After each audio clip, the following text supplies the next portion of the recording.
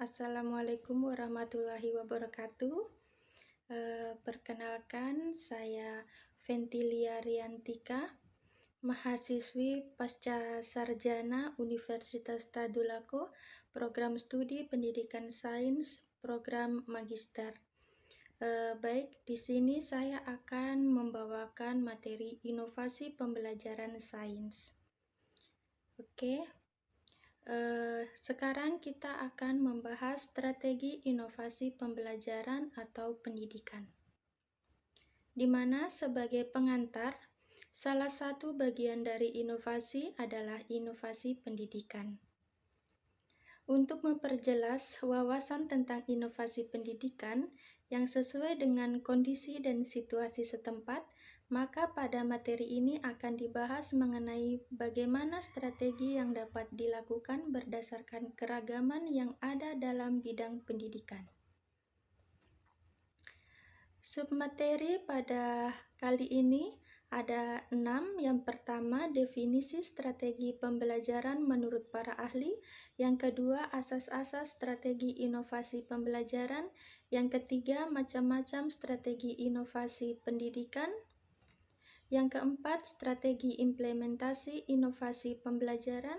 Yang kelima, petunjuk penerapan inovasi di lingkungan sekolah.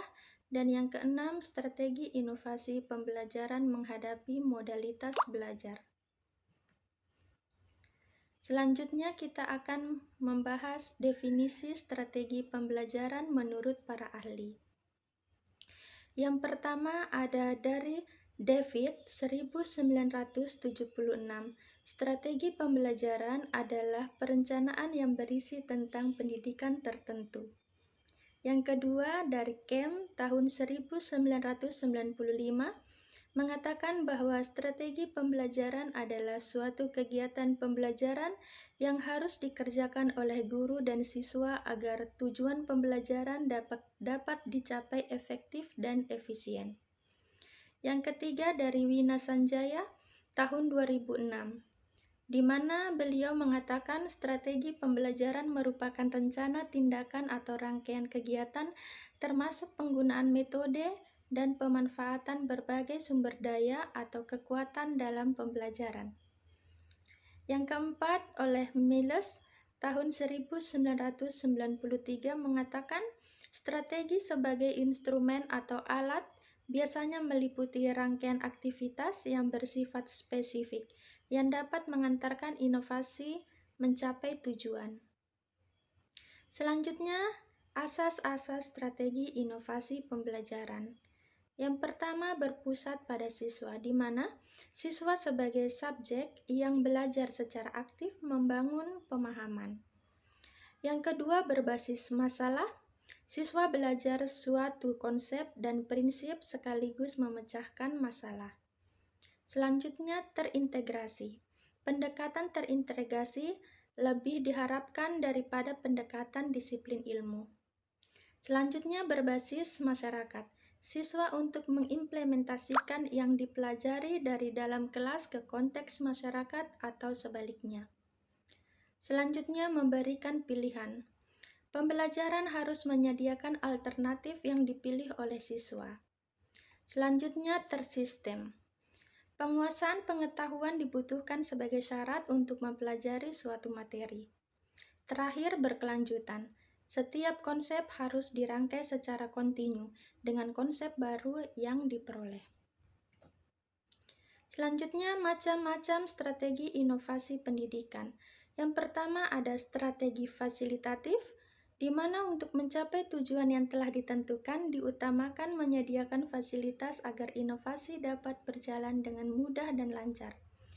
Yang kedua, strategi pendidikan, mengadakan inovasi dengan cara menyampaikan fakta atau informasi untuk menentukan tindakan yang akan dilakukan. Yang ketiga ada strategi bujukan, di mana untuk mencapai tujuan inovasi dilakukan dengan cara membujuk atau merayu agar sasaran inovasi mau mengikuti apa yang direncanakan. Selanjutnya adalah strategi paksaan, di mana pelaksanaannya dengan cara memaksa sasaran untuk mencapai inovasi. Selanjutnya kita akan membahas strategi implementasi inovasi pembelajaran. Di sini ada 7 strategi implementasi. Yang pertama, memahami dan menguasai teori pembelajaran. Yang kedua, menguasai metode pembelajaran yang hendak digunakan. Yang ketiga, memiliki kapasitas dan kompetensi menguasai materi pelajaran yang akan diajarkan. Yang keempat, mengenali kondisi kelas dan peserta didik. Selanjutnya, melakukan observasi harian tentang kondisi pembelajaran. Selanjutnya, mengadakan evaluasi secara komprehensif. Terakhir, melakukan perbaikan sehingga diperoleh pembelajaran yang inovatif.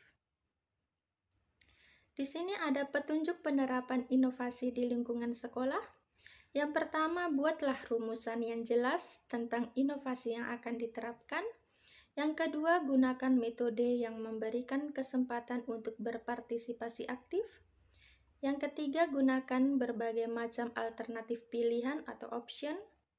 Selanjutnya, gunakan data atau informasi yang sudah ada untuk bahan pertimbangan. Gunakan tambahan data untuk mempermudah fasilitas.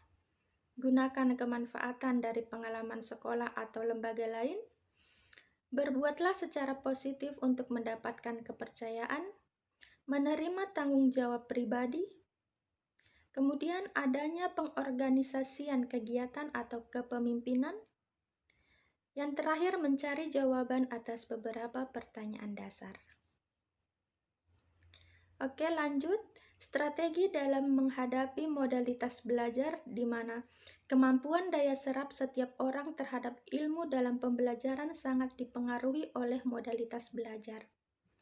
Di sini ada visual, di mana materi visual ini seperti gambar, peta, kemudian warna untuk menandai hal-hal penting, membaca buku-buku berilustrasi, menggunakan multimedia, ini berupa film, lagu, dan lain-lain, kemudian mengilustrasikan pikirannya ke gambar. Selanjutnya ada auditorial, di mana yang pertama berpartisipasi untuk diskusi, yang kedua membaca materi pelajaran dengan suara keras, yang ketiga menggunakan iringan musik untuk mengajar, yang keempat, mendiskusikan ide dengan secara verbal. Terakhir, merekam pembelajaran. Nah, yang ketiga ini adalah kinestetik, di mana jangan belajar dalam waktu yang lama, belajar dengan mengeksplorasi lingkungannya, menggunakan warna terang untuk meng-highlight hal penting dalam bacaan, mengizinkan anak belajar sambil mendengarkan musik. Baik, itu saja yang bisa saya paparkan pada kali ini. Thank you for your attention.